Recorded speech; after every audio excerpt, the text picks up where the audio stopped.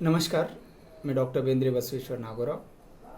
आज हम बात करेंगे हिंदी व्याकरण के प्राथमिक संकल्पनाओं में से एक संज्ञा पर। संज्ञा वाक्य में आने वाला एक ऐसा शब्द जिससे किसी वस्तु, किसी स्थान और किसी भाव का बोध होता हो। ये एक विकारी शब्द होता है। सामान्यतः जैसे हम देख सकते हैं, जैसे शाम, दिल्ली, मिठास, गाय आदि।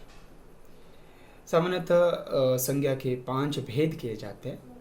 इसमें पहला भेद होता है व्यक्तिवाचक संज्ञा, जातिवाचक संज्ञा, भाववाचक संज्ञा, समूहवाचक संज्ञा या द्रव्यवाचक संज्ञा। इस प्रकार ये 5 भेद किए जाते हैं। इसमें जो पहला भेद है व्यक्तिवाचक संज्ञा, यानी जैसे कि पहले कहा जा चुका कि वाक्य में आने वाला एक ऐसा शब्द जिससे किसी विशेष वस्तु, व्यक्ति या भाव का बोध होता हो, उसे व्यक्तिवाचक संज्ञा कहते हैं। जैसे जो पहले उदाहरण दिए गए, शाम, दिल्ली, मिठास आदि। दूसरा होता है जातिवाचक संज्ञा। जातिवाचक संज्ञा अर्थात एक ही प्रकार के जाति के या एक ही प्रकार के वस्तु या व्यक्ति के समूह का बोध कराने वाला जो शब्द संज्ञा के रूप में आता है वाक्य में, उसे जातिवाचक संज्ञा कहते हैं। यहाँ पे उदाहरण के रूप में हम देख सकते हैं मनुष्य, घर, पहाड़, इस तरह के शब्द जिनको जातिवाचक संज्ञा के रूप में हम देख सकते हैं। इसके अलावा भाववाचक संज्ञा।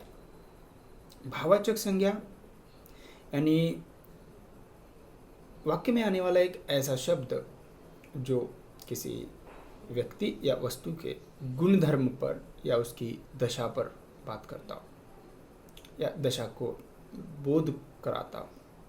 हम इसमें उदाहरण के रूप में देख सकते हैं कि मिठास या लंबाई या ठिंगना, इस तरह के जो शब्द है जो व्यक्ति या किसी वस्तु के गुण धर्म या उसके गुण के बारे में बताते हैं।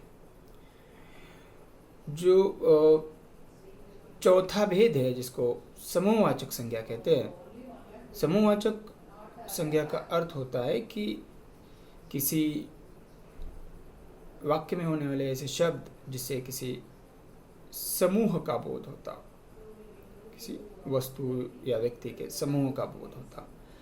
उदाहरण के रूप में हम देख सकते हैं कि जैसे सभा, दल, गिरोह आदि जो ये शब्द है, ये सारे समूह को बताते हैं। एक समूहवाचक संज्ञा इसको कहा जाता है।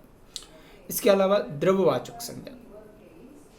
द्रव्यवाचक संज्ञा यानी वाक्य में आने वाला एक ऐसा शब्द जो किसी वस्तु के नाप तोल का बोध उससे होता हो या जिसको नाप तोल किया जा सकता। जैसे हम देख सकते हैं दूध,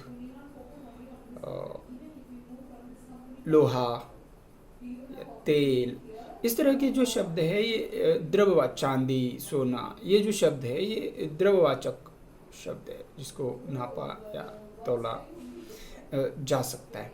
अतः इस प्रकार हम देख सकते हैं कि सामान्यतः संज्ञा जो है वह एक ऐसा शब्द जो वाक्य में आता है और उस शब्द से किसी व्यक्ति विशेष या किसी भाव विशेष या किसी स्थान विशेष का बोध हमें होता है। सामान्यतः ये व्यक्ति का नाम हो सकता है, स्थान का नाम हो सकता है, किसी भाव का बोध हमें उन शब्दों से होता है। और ये एक विकारी शब्द होता है।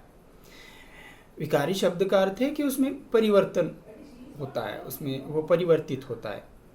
अतः इस तरह हम सामान्य रूप से संज्ञा को समझ सकते हैं जिसको 5 भेद किए गए, जैसे कि हमने देखा व्यक्तिवाचक संज्ञा, जातिवाचक, भाववाचक संज्ञा, समूहवाचक संज्ञा, द्रव्यवाचक संज्ञा।